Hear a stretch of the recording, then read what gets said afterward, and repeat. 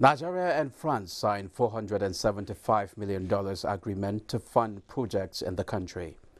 Don't charge transactions initiated by you. Central Bank of Nigeria cautions banks. Plus how to improve on oil and gas sector tops agenda on day 2 of National Conference on Oil and Gas.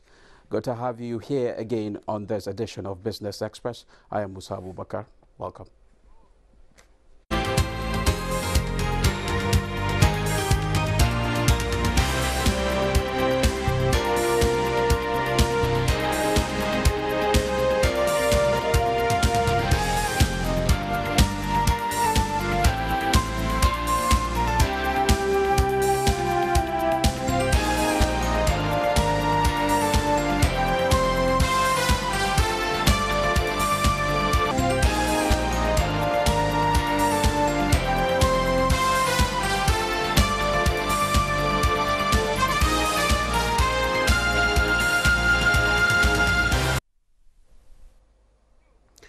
The Central Bank of Nigeria, CBN, has directed commercial banks not to charge fees on transactions initiated by them.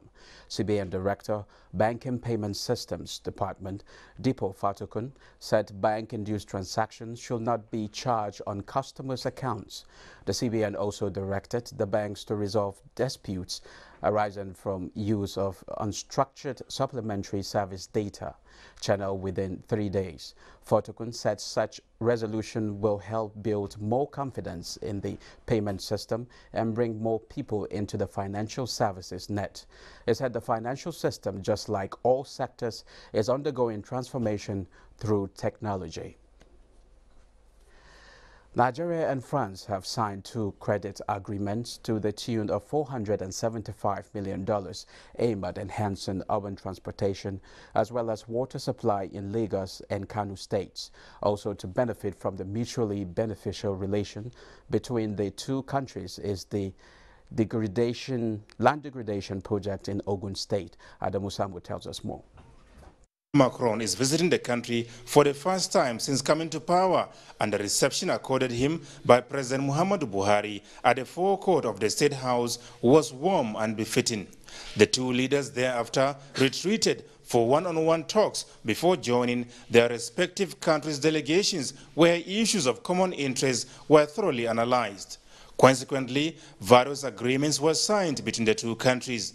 One of them for the financing of urban mobility improvement program at $200 million is aimed at giving Lagosians quality transport system by developing, among others, 8 priority bus corridors connected to the mass transit network. The others are a $75 million credit facility agreement aimed at supporting Kano State to develop an effective and sustainable water supply service, as well as the implementation of Nigeria's blueprint on the land degradation project in Ogun State. The project is to reforest 108,000 hectares of land, which has been deforested, and as a consequence is leading to climate change issues. At a joint media briefing shortly after, President Muhammadu Buhari and the French leader Emmanuel Macron spoke of their resolve towards enhancing relations in the areas of security, economic development, as well as stabilization efforts, especially in the northeast, ravaged by insurgency. I'm very grateful to the French president for his understanding and his commitment towards Nigeria and this region in particular. What France is doing, we all know, in trying to stabilize the region. Our discussions on one-to-one basis is around security, especially in the Sahel, the economy of the region, and how it can be successfully and politically integrated. For Nigeria, what I personally emphasize is the inter-basin transfer of Lake Chad. The third one, of course, is a question of resources, and our fighting of corruption is contributing to that. We discussed with Mr. President about our common fight against Boko Haram and the current war. I reaffirmed the French commitment alongside with you and our willingness to contribute to your efforts in terms of intelligence, but as well specific contribution you would request. Our willingness to help the 4 countries working together against Boko Haram. We want as well to be more present in terms of stabilization in North and Northeast. That's why we decided to invest $75 million in stabilization in this region. We want to do more in economy. Your economy is so important and huge. President Macron, who described Nigeria as a very important ally to France, commended ongoing efforts at securing the country as well as transforming the agricultural sector and promised necessary assistance. He gives reasons for his planned visit to the Africa Shrine in Lagos. That's an iconic place for a lot of African people. And it was very important for me. It's first a personal pleasure. But that's a way as well to say with a lot of humility, I recognize the importance of this culture. I recognize the place of this culture in the current environment, in this current world. Of course, it's a very good idea. That's why the shrine survives. If it were not a good idea, people would have forgotten about it. People institutionalize it because they value it, and that keeps the young men busy. The French president hopes to see Nigeria and his country develop more important relations in the areas of culture and sports so as to create more opportunities for the younger generation. Now, the need for Nigeria to push down production costs in line with what obtains in other climes was again re-echoed at the Nigerian Oil and Gas Conference, an exhibition underway in Abuja. Ibe Kachiko also stressed the importance for LOCs creating stability in host communities where they operate. Lydia Sampson, who has been covering the conference with a team driving Nigeria's oil and gas industry towards sustained economic development and growth, tells us about the opening day. An oil and gas conference and exhibition is coming 4 months after Nigeria hosted the first Nigeria International Petroleum Summit, NIPS. Little wonder, this conference is settled on building on gains recorded through reforms by President Muhammadu Buhari's administration in the oil and gas industry, which experts say is setting the stage for sustained development in the country. Minister of State Petroleum Resources Ibe Kachiko says the president's zero tolerance to corruption has stopped allocation of oil wells to friends and families like in the past. If there's anything that we must leave as a legacy here, is the fact of being able to get refineries to work in Nigeria and beginning to reduce the level of exportation of raw crude from Nigeria.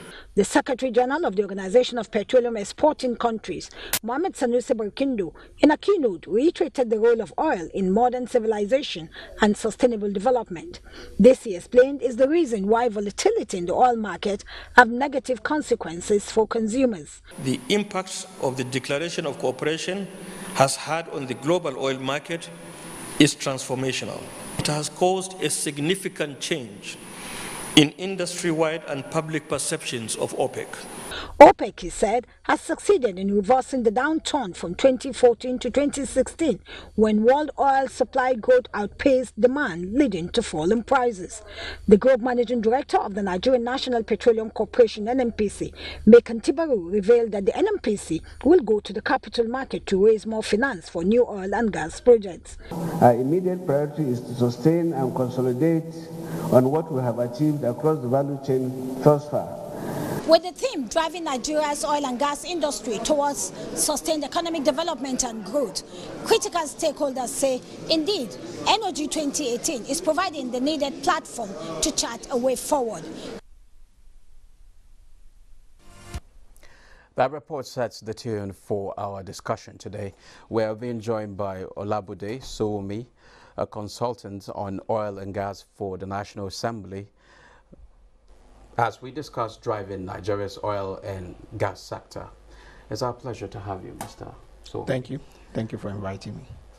Also with us is Dele Akiwumberi, Head Business Development, Aerotune Exploration and Production Company. Thank you for joining us. Yeah, thank you for having me. Okay, Mr. Soomi, there's always been one conference after the other. What will the citizens get from this particular conference? I think first of all, we need to look at the whole idea of conferences and exhibitions as a whole. A conference typically will be a marketplace of ideas and a convergence of new technologies or new developments within a particular industry. Yeah. So we asked that why do people go to markets every day when especially they have things at home? One, you want to go to an event to know what is happening. You want to go to an event of such nature to network. You also want to go to an event of such nature to be in tune with the developments in such an industry. You will recall and you will see in all developed nations, even in industries that are fast growing, there are a lot of activities that converge people of like minds to be able to think and profile ideas in areas. Okay, can you paint a picture of opportunities in the oil and gas industry in Nigeria that's yet to be tapped? I think significantly the midstream and the downstream sector are not developed. And because they are not developed, it is really where the tire touches the road for the man on the street. Because when you ask the average person, how does the oil and gas industry affect you, they really can't connect it, apart from the fact that they buy petrol at a certain rate. But the capacity of the industry to expand, to build a value chain, to bring lots of people into the industry lies primarily within the downstream, with refineries, within the midstream, and the industries that are related. Because even janitorial services can be provided to the industry. Vendoring services, food vendors can come in, contractors with iron. I mean, there's a whole range of value chain that can come up. So it is the development of that aspect that would enable Nigerians to actually benefit from it and enable the oil and gas to have the direct impact on the GDP that is desired. Okay, what's your take, Mr. Daly? My take, I'll focus more on the upstream sector, because that's where I belong. I would say conferences like this give us an opportunity to rub minds with our peers. Also gives us, as a producing company, the opportunity to learn more from the service providers of the new technologies that are there. But personally, I have issues with conferences like this. And the issue I have is the fact that it's simply not enough to come and give canned responses during conferences. You say, these are the issues, these are the other issues. The pull through after the actual conferences, has been lacking in Nigeria. So you have conferences, you bring in the experts, they highlight the problems, they provide solutions, but it virtually ends there every year. What I would like to see is a situation where, based on the conferences, the issues that came up, you issue a communique, people go back to the government, the legislature, the executive, the regulatory bodies, and say, look, this is what came out of this conference, these are the things we want you to do, and the results of that should form the basis of the next conference. Okay, so as an indigenous company, what are you bringing to the conference that will fast-track development in the country? Okay, what we'll bring, or what we brought, my managing director was on the panel today, what we are bringing to this conference as a company is twofold. One, the experience we've had in the past 3 years since we started managing OML 18. We took over that feed from Shell. Production at that time was 10,000 barrels. We hit peak production of 65,000 barrels a day, which is a testament to the resilience of the Nigerian, because we're wholly Nigerian.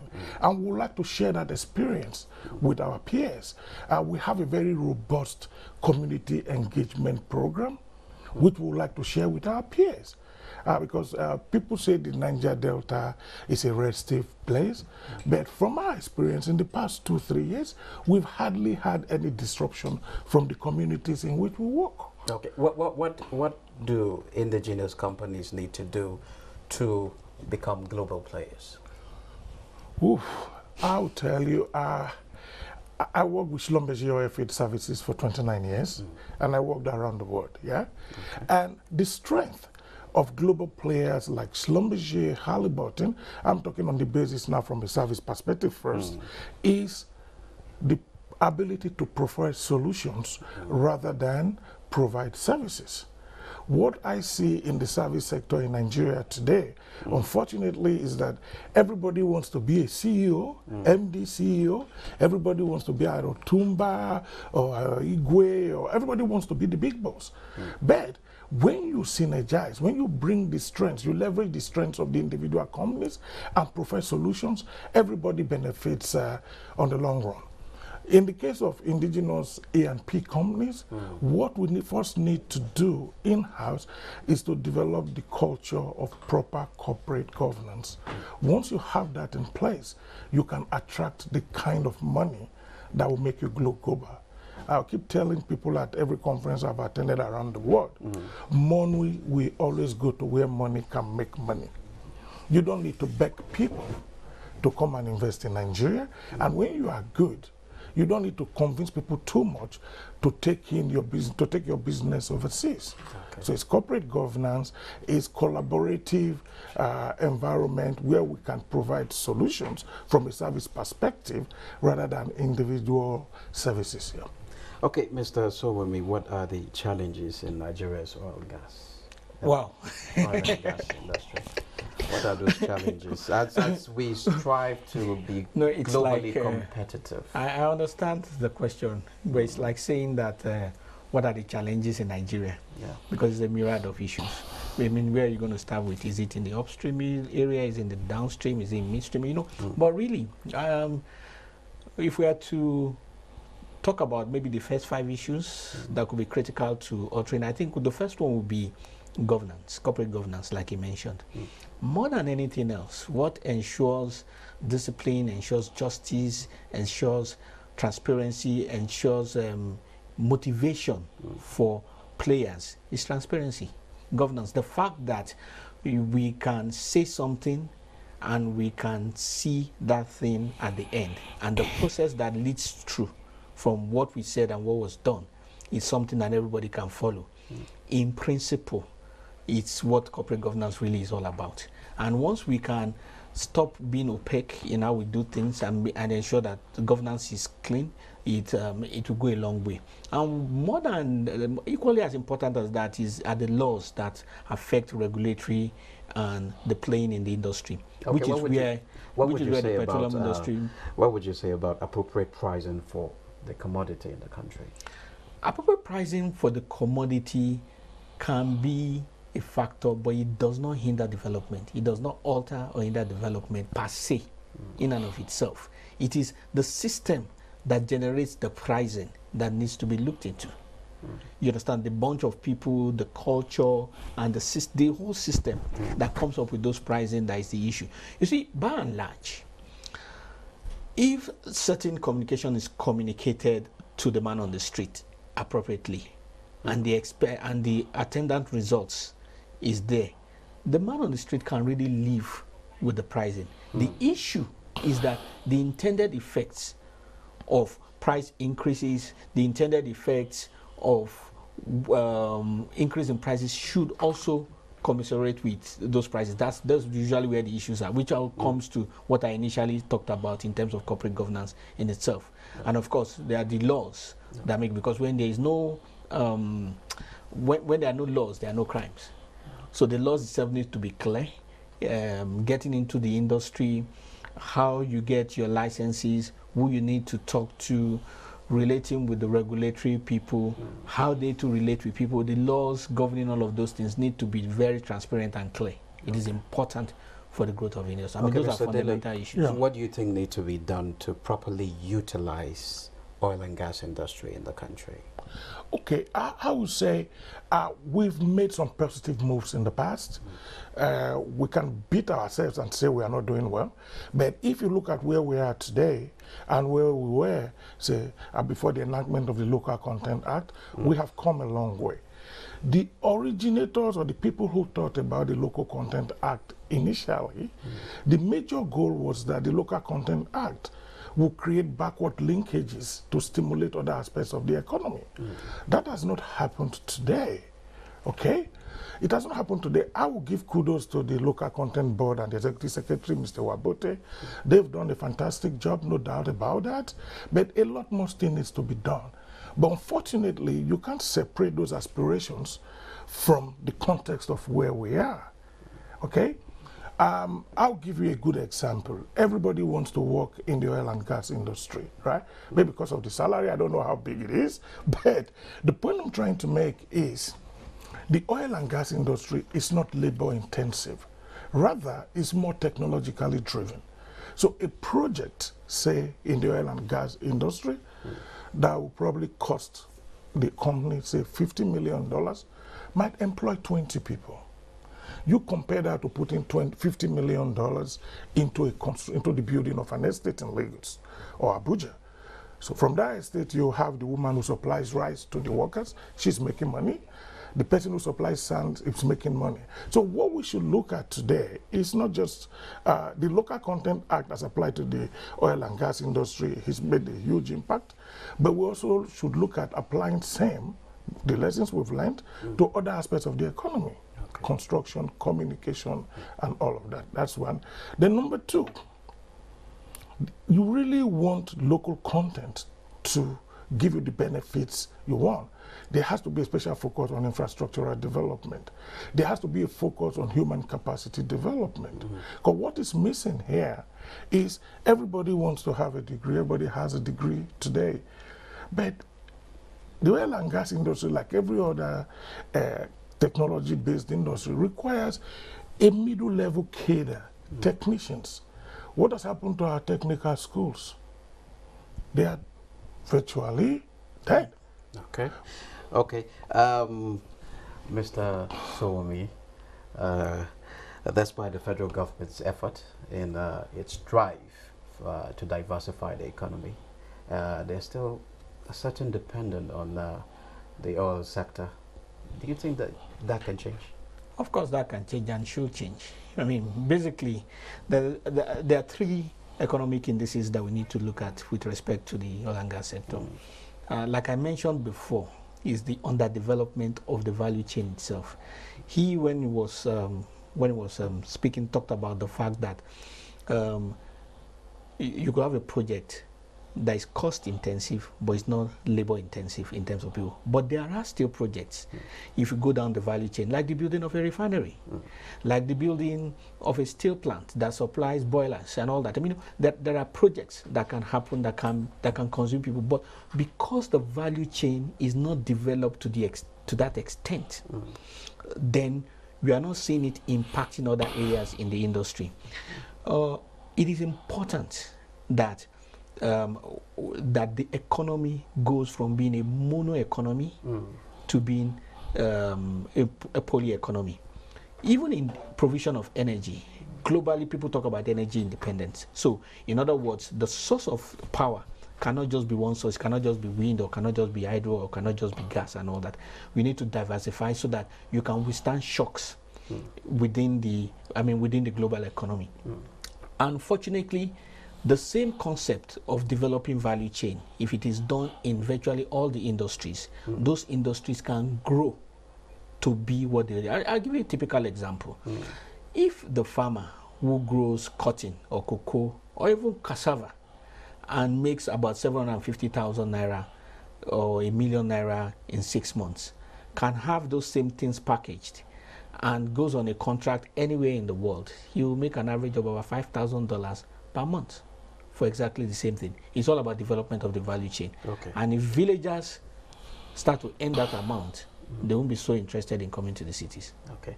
Thank you very much for your contribution, Mr. Dili and Mr. Sowomi. Thank you very much for moving on. Sourcing funds for micro, small, and medium-scale enterprises remains a major challenge facing entrepreneurs in the drive towards self-sufficiency and employment generation. Correspondent Damilola Falade Julius examines the federal government's policies to ease conduct of business and growing economy in Nigeria. To support us with a platform where we can display and sell our stuff to the world. One of the major challenges we are facing is funding and, of course, enabling environment. access to funding and the basic knowledge about the right kind of financing remains major handicap of business entrepreneur and intolerance for micro, small and medium-scale businesses growth. In realization of this, the federal government through the Central Bank of Nigeria provided 220 billion naira capital base to propel growth of small businesses. This lifeline is being released through the selected commercial financial institution of interest rates not more than 9% per annum. It does not make your business to generate fund. Your business must have a model that is generating fund already. So the processes of Bank of Industry are very simple. Especially Bank of Industry have looked actually at the challenges that MSMEs face, and we have reduced the processes. According to statistics, government is targeting about 40 million small business entrepreneurs as beneficiaries to complement other positive initiatives to grow the economy, such as the 1 billion naira direct development fund lending to micro, small, medium enterprises in each state of the federation, and the school feeding program, which suggests about 230,000 children and 2,500 cooks. Through the ongoing nationwide micro, small, medium enterprises clinic, the government has disbursed 350 million naira to trade groups and created over 75,000 jobs. I'm an entrepreneur. I was present at the MSME clinic and we had so many opportunities. The federal government have implemented plans to empower 360,000 micro, small and medium enterprises annually. Also to close the gap between the federal government regulatory agencies and business owners, as entrepreneurship development is a major bedrock to develop a nation's economy. Brent inched up on Wednesday after a second successive drop in U.S. crude inventories. Let's look at the price of oil and other commodities on the global markets.